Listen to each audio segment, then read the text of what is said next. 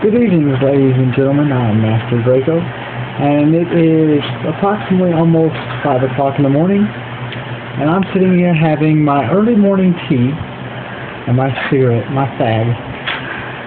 As the English do, pinkies up.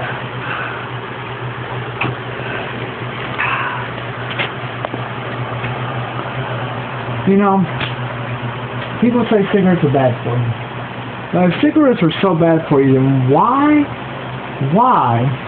have we been smoking them for generations and generations upon generations? Now, you know what would be epic? What would be epic? Is having a slave that would bring me my early morning tea and my fag and sit there and light my cigarette while I smoke and drink my tea. And I have tea and cigarettes. Oh, and maybe some crumpets, so we could pretend we were British.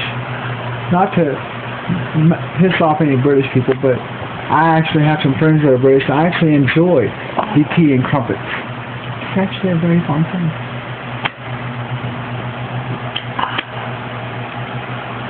Oh yeah, and if you had a slave bringing you tea and cigarettes, what would they get in return? They'd get a lot in return. They'd get my love, my confession. Your what? My confession. I confess for them. Oh, okay. I confess all my dirty sins. Okay. Would you like to hear some of my dirty sins? Sure. Okay. Let's see. It was spring. I was about 11 years old. So let's see. That would have been about 13, 14 years ago. Maybe even 15 years ago. 10 years old if you were 15, 14. You're 25 left. Okay. 14. And, let's see. There was this neighbor girl named, well, we won't use her name. There's this neighbor girl. She used to come over every day after she got home from school. My parents wouldn't be home. My sister would be playing her little house on the prairie, and she'd come over and we'd all play house. Well, Trisha would get bored and go inside after a while, and then we'd play real house. Now, my neighbor girl had a little brother. He didn't understand what our house was, and we had a couple other little neighbor kids that didn't really understand. So they'd be the kids. They were younger. Well, we played grown-ups. We'd have sex while we were sitting in there and playing on the little bed, and I'd bend over the little kitchen in our little playhouse that we had.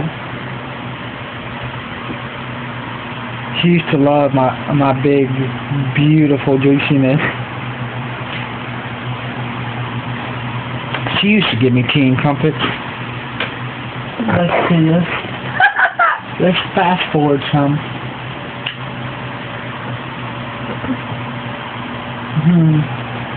Okay, when I was in the military, all my sergeants, everything. This is when I was in basic training in Fort Jackson. We all know Fort Jackson, relaxing Jackson, one of the best co-ed bases if you're a single male.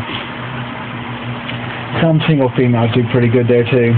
If you're not a single female, well, if you're planning on going to Fort Jackson, be prepared to not have your boyfriends when you get back, because you're gonna wind up fucking one of the boys on there. And yes, I know people can say that that's gonna get flagged, but you know, it's actually true. Look it up. Fort Jackson has the most sex out of any base. Okay. Well, anyways, I started being a fraternizer. Now, any of you that know military know that fraternizing is wrong.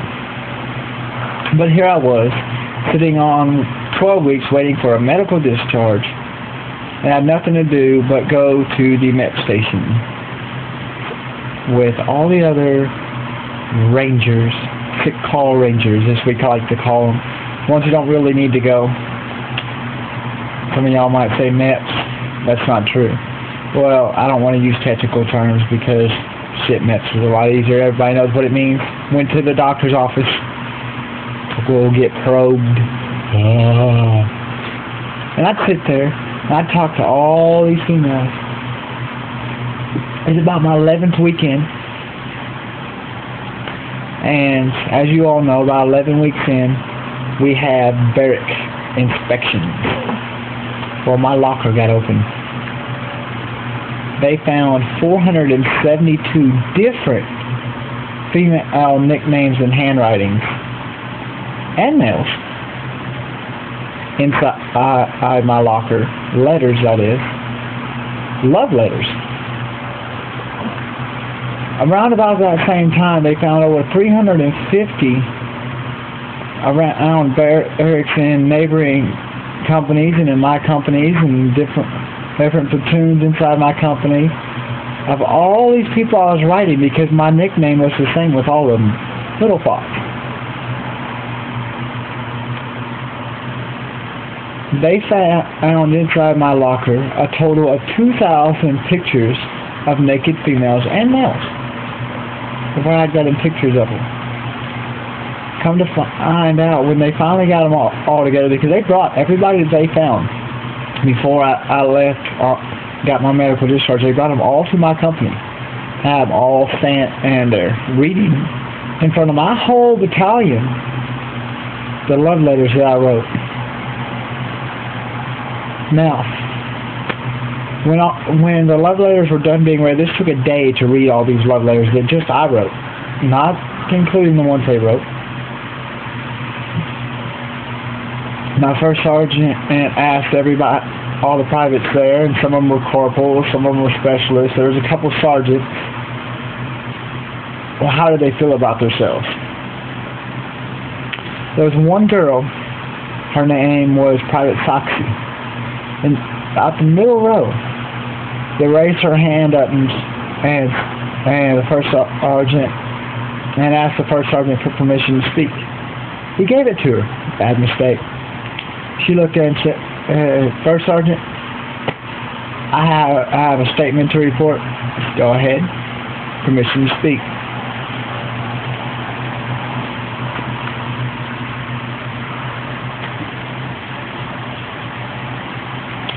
First Sergeant,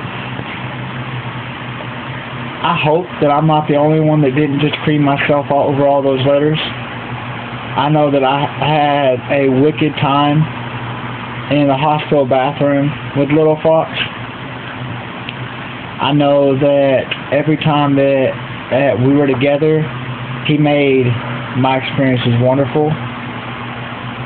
My first sergeant looked at her and said, okay, you're going to be court-martialed. Every female that was there, this is just the female, some of the males raised their hands too, raised their hands and said, well, First Sergeant, then you might as well be telling all of our drill sergeants and sergeants that we need to be court-martialed too, because every one of us had a wonderful time with him. My love letters, back in that time, I was about 20 years old. Not 21 yet, but 20. I could sit down, I can't do it anymore, but I could sit down and I could write some of the most beautiful love letters, and I could sit down and write out these epic sex scenes to where females would cringe. Yet he can't do that for his own wife. I have to get back into that role. I quit writing for a long time. But the funny part about this, and I'm going to actually say her name. My son's mama, her name is Ashley. I won't give her last name. Her name is Ashley. And during all of this, I met her. And yeah, it was all romance and everything when I left. She got a medical discharge. It was all romance for a little while, about a year.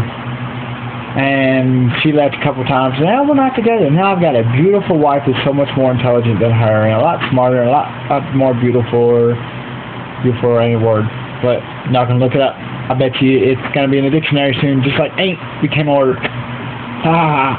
Ain't a word, and I ain't going to say it. Yes, it is. It's in the Webster Dictionary. Go look at the 2005 Webster Dictionary. Look it up. I give all of y'all a challenge. Go look it up, and I guarantee you, if any of y'all grew up